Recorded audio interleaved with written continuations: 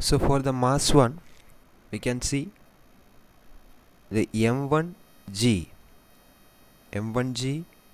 and M1A both are acting downwards, and the tension T is acting upward. Also, in the case of the mass 2,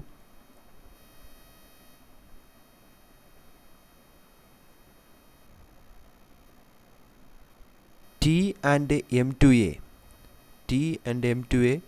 both are acting upwards, and M2G is acting downwards. Okay, so now as we are equating these two ones, the first one here, M1G plus M1A will be is equal to T, but actually we have to find out the acceleration value.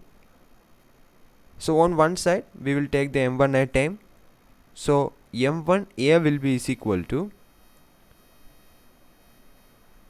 T minus M1G, that is M1G plus M1A will be is equal to T. Here T plus M2A will be is equal to M2G, so T plus M2A will be is equal to M2G. So M2G minus T will be is equal to M2A.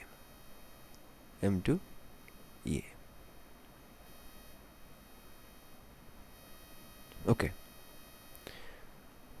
Now we have to add these two equations. These two equations we have to add. Then you can see that is M1A plus, on one side M1A is there, on another side M2A. So we can say M1A plus M2A. That is M1 plus M2 into A. Okay, that is these two sides we have added these two sides. Now T minus M1G and M2G minus T, where T minus T will be there, that will be cancel each other, and M2G and minus M1G, so which will be is equal to G into M2 minus M1.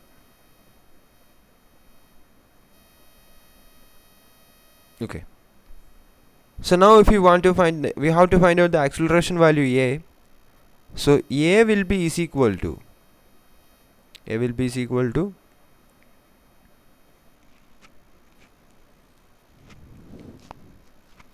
G into M2 minus M1, G into M2 minus M1 divided by M1 plus M2. So this will be the acceleration A value. So where M2 is equal to 12 kilogram and M1 is equal to 8 kilogram. So by substituting the values you can find out the acceleration value. That is 12 minus 8 into G, that is into 10, divided by M1 plus M2, that is 12 plus 8, that is 20. So which will be is equal to, A will be is equal to 2 meter per second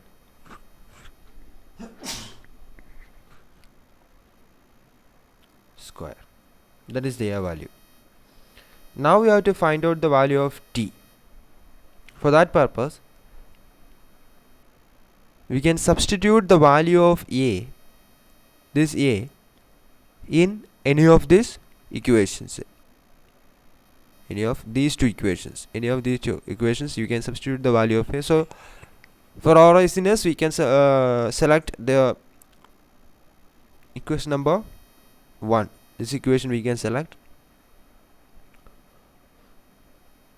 So we can rearrange that equation as T is equal to M1 A plus M1 G, M1A plus M1 G. Now So we are having the equation that is T is equal to m1 a plus m1 g. Substituting the value of a over here, so T will be is equal to m1 g plus m1 into the a value. A is actually g into m2 minus m1, g into m2 minus m1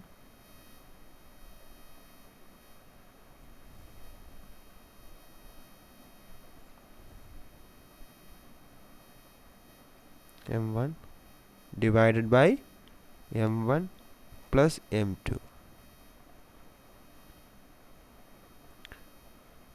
Now we have to make the denominator of the entire term the same. So you have to multiply the m1g with this m1 plus m2. So multiplying m1g with the m1 plus m2, you will get m1 into m1, that is m1 square. m1 square into g plus m2 into m1, m2 m1 g plus, now we are opening these brackets, so m1 into g into m2, so m1 m2 g, now minus m1 into m1, that is m1 square into g, so minus m1 square g all divided by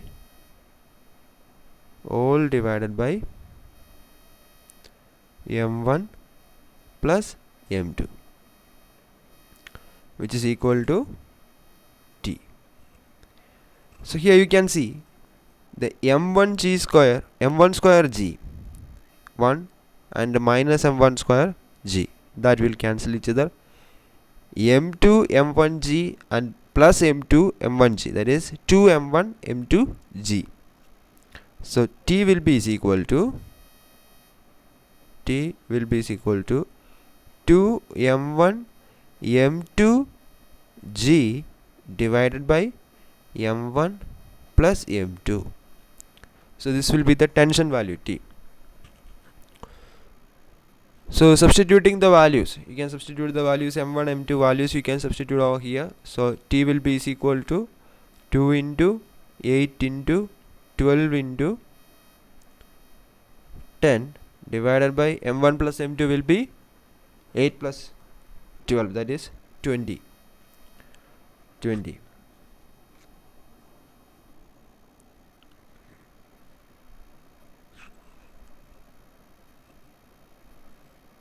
So which will be 10, 5, 3, 2, 24, 48, 96. So T will be is equal to 96 Newton. Okay, so in such a way you can solve that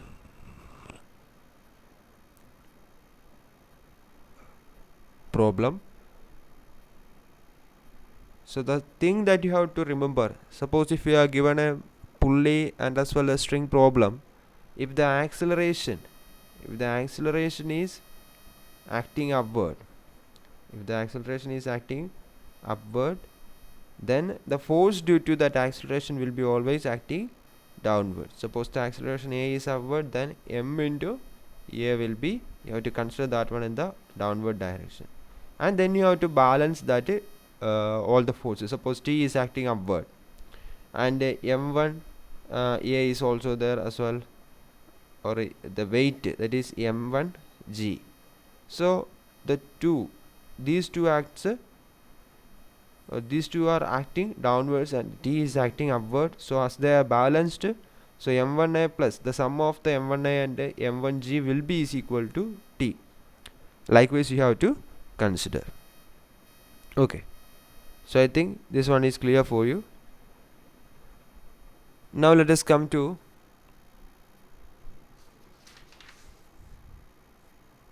another question, that is 5.19.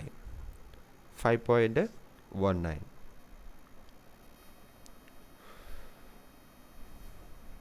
Okay, 5.19. The question is that a shell of mass 0.020 kilogram is fired by a gun of mass 100 kilogram.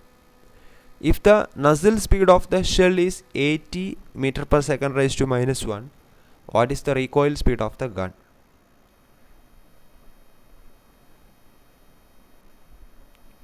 So you are having a gun and the shell means the bullet. You know that whenever the Newton's third law of motion, we can consider that one, for every action there is equal and opposite reaction. So as the gun is exerting a force over the bullet is also exerting the another force and recoil force over the gun. So here in this case you have to consider the conservation of the momentum.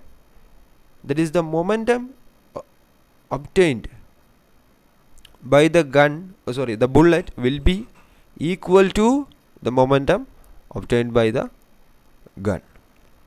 So here, suppose if you are having the mass of the gun as m1 and velocity of the gun was v1, the recoil velocity was v1, then here mass of the bullet is m2 and velocity with which it is moving, it is v2, then m1 v1 will be is equal to m2 v2. m1 v1 is equal to m2 v2. So here you can substitute the values of the m1 and the m2 and v2. Actually you have to find out the value of the recoil speed of the gun. The v1 value you have to find out. So v1 will be is equal to m2 v2 divided by m1, where m1 or m1 v1 is the momentum, the p1 value of the gun, and as the m2 v2, that is the p2 momentum of the mv is equal to p. I think you are remembering that one. Okay, so m2 v2 divided by m1. So by substituting the value, m2 is equal to 0.02. 0.02 is the mass of the bullet into v2, it is 80 divided by the mass of the gun, that is 100.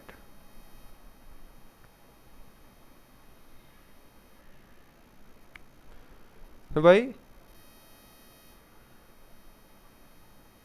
which will be is equal to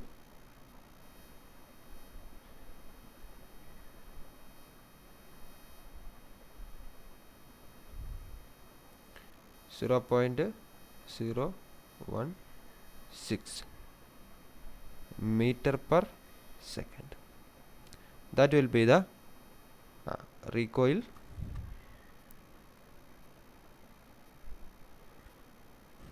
But here the bullet is moving in this direction and the gun is moving in the opposite direction. So we can take the m1 v1 is equal to minus of m2 v2. Okay, minus if you are considering the direction also, then minus will be there. So then the final value will be minus 0.016 meter per second. The velocity, if you are considering the it's actually a linear. The initial chapter, the third chapter, the linear motion, velocity in the right hand side will be considered as positive value, and the left hand side will be considered as, or towards the left side will be considered as negative. That theorem also you have to apply over here. So you will get the value as minus the recoil speed of the gun as minus 0.016 meter per second. Okay.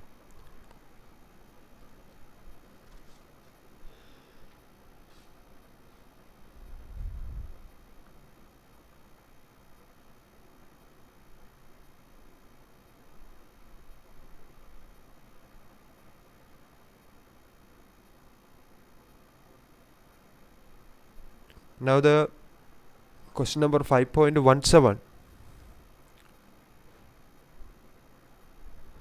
is also almost like this question, that is the bullet question or gun and bullet question. In that question, a nucleus is a rest in the laboratory frame of reference shows that if it disintegrates into two smaller nuclei, the product must have in opposite direction. So where the nucleus is at rest, that means the velocity v is equal to 0. So in the laboratory frame of reference, the frame of reference is considered as the laboratory.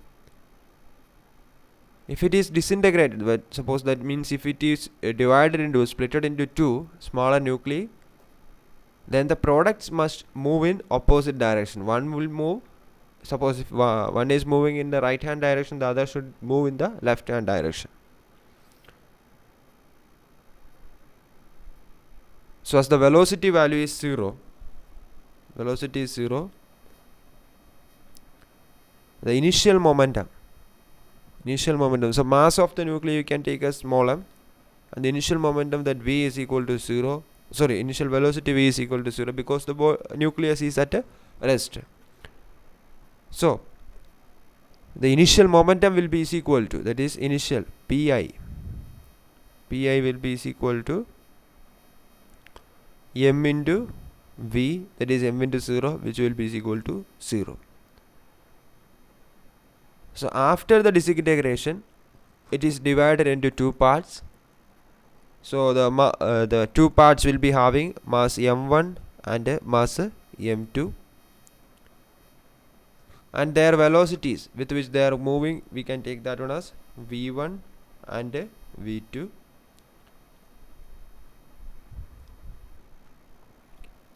So here, by using the theorem of the conservation of momentum, the initial momentum will be is equal to the final momentum. So the initial momentum